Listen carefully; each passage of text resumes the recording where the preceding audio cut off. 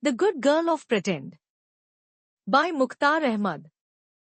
This light-hearted and imaginative story follows a sweet little girl named Goldie. One day, her aunt arrives with her mischievous 6-year-old son, Junaid. As the visit unfolds, Goldie's gentle manners and thoughtful behavior quietly impress her aunt, much to Junaid's dismay.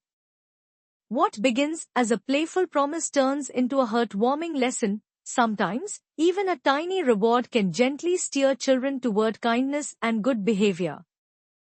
Join us for this charming tale filled with warmth, humor, and a touch of childhood magic. Don't forget to like, share, and subscribe for more delightful adventures. All rights reserved. The Good Girl of Pretend by Mukhtar Ahmad. Since morning, Goldie had been wandering around the house all dressed up.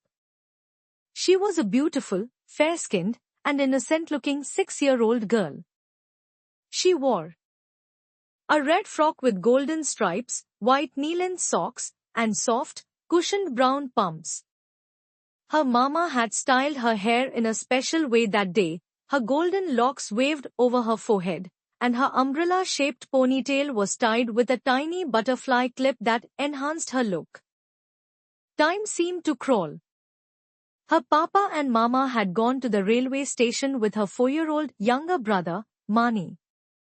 Her aunt Mahanur was arriving today with her son to spend a few days with them. Her son's name was Junaid, and he was Goldie's age. Goldie was thrilled at the thought of playing with Mani and Junaid together. She could have gone to the station, too, but she had a mild fever since last night. Her mother had said, "The sun and the crowd will worsen your fever, better stay home and rest. We'll be back soon." The maid was busy cleaning the house. To pass the time, Goldie sat on the entrance stairs, resting her face in the cup of her hands and staring through the main gate. From behind the mesh of the gate, she watched people and vehicles go by. Suddenly, she spotted her papa's car and jumped up in excitement.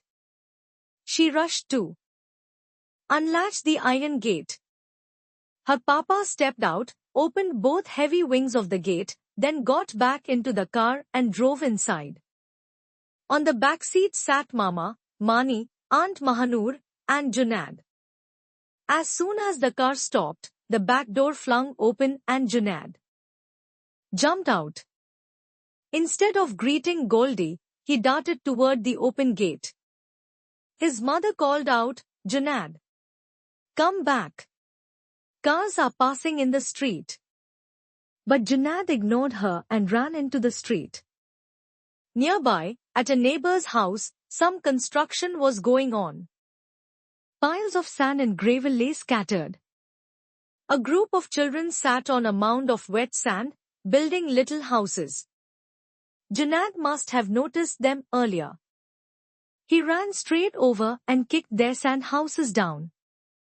The children yelled in protest and swarmed at him. One of them scooped up a handful of sand and dumped it on his head. Seeing the commotion, Aunt Mahanur rushed over, pulled Junaid away, brushed the sand off his hair, and brought him back inside. She had seen everything. "Why did you break their house?" she scolded. "I've told you again and again. When we visit Aunt Saima's house, you must behave.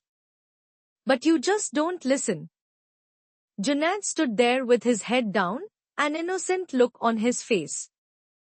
The two sisters moved to the drawing room while Goldie's papa brought in the luggage from the car.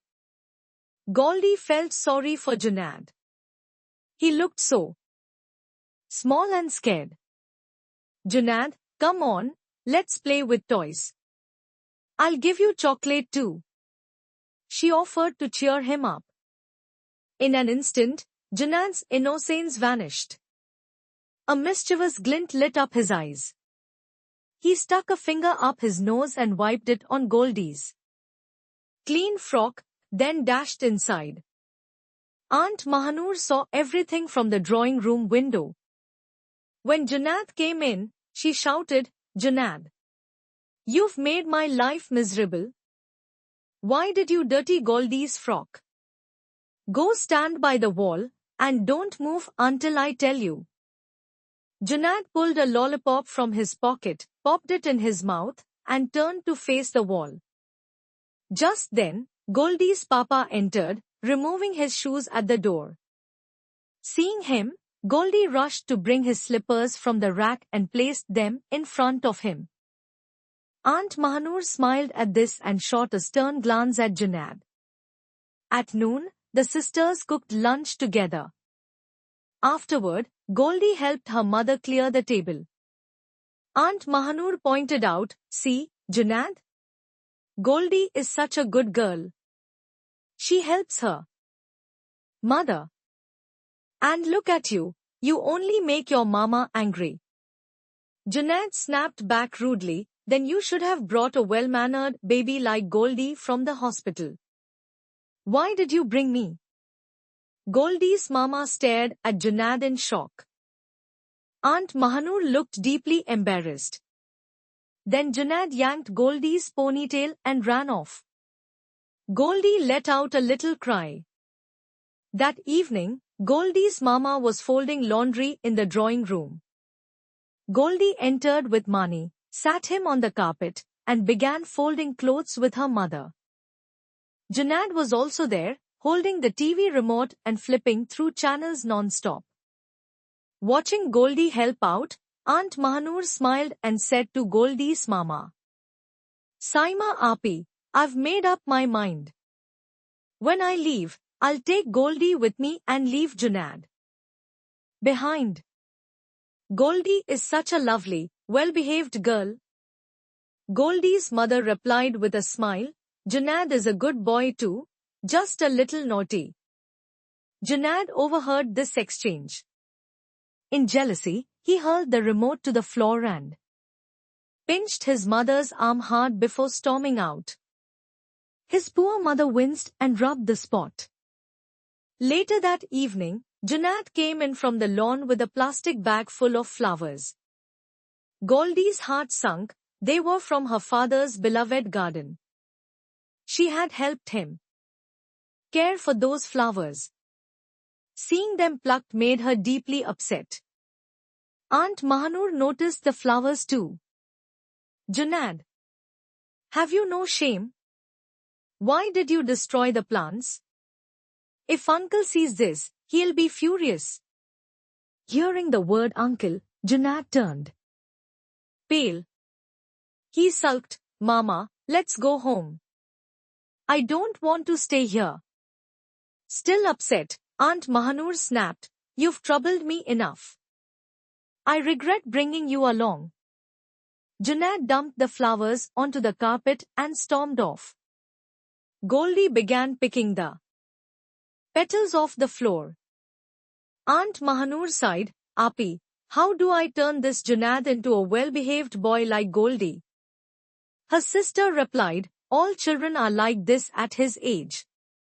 He'll calm down with time." Thereafter they moved on to other matters.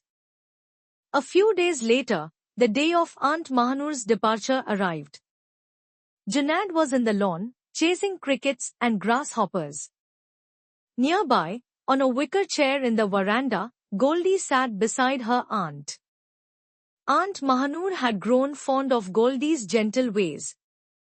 Not once in all these days had she seen Goldie misbehave. She obeyed her mother, helped with chores, and looked after her little brother. Aunt Mahanur wondered, was this the result of excellent upbringing, or was Goldie simply born this way? She glanced at Goldie, who was watching a fluttering, colorful butterfly. "Goldie," she said, "we'll leave after lunch. I'm thinking of taking you home with me and leaving Junaid here. You're such a kind, polite girl. I've never seen you be rude or stubborn." Goldie froze. Live with Aunt Mahanur? Without Papa, Mama, and Mani? That was unthinkable. But she couldn't outright refuse, it would hurt her aunt's feelings. So she gently wrapped her arms around Mahanur aunt's neck and whispered, "Dear auntie, I only pretend to be a good girl. Actually, I'm just like Junaid. I'm stubborn too. Sometimes I obey mama, sometimes I don't. I fuss over food, wear only the clothes I like, and watch cartoons for hours even when mama says no. There are lots of other things too, I just can't remember them now." Aunt Mahanur was stunned. She stared at Goldie in disbelief. "Then how did you change so much?" she asked. "Tell me your secret so I can use it for Junaid too." Goldie lowered her head, a little embarrassed. "I didn't change at all," she said softly. "Before you came, Mama bought me a big doll, this big." She showed the size with her hands. "She said that if I act like a good girl while you're here, she'll give me the doll as a reward. If not, she'll return it to the shop." "The doll sings and dances."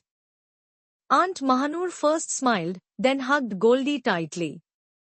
"I'm happy that you're not only a good girl, but an honest one too.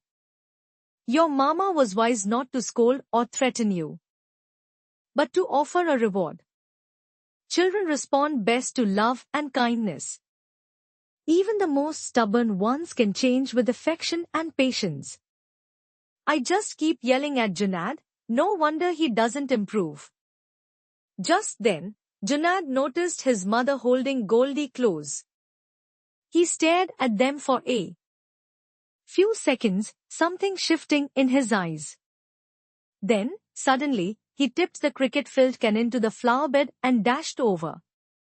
"Mama," he said, "you like Goldie because she's a good girl and helps her mama. I promise I'll become like her so you'll like me too. I'm sorry for everything." His mother beamed with joy, pulled him into her arms, and hugged both children close.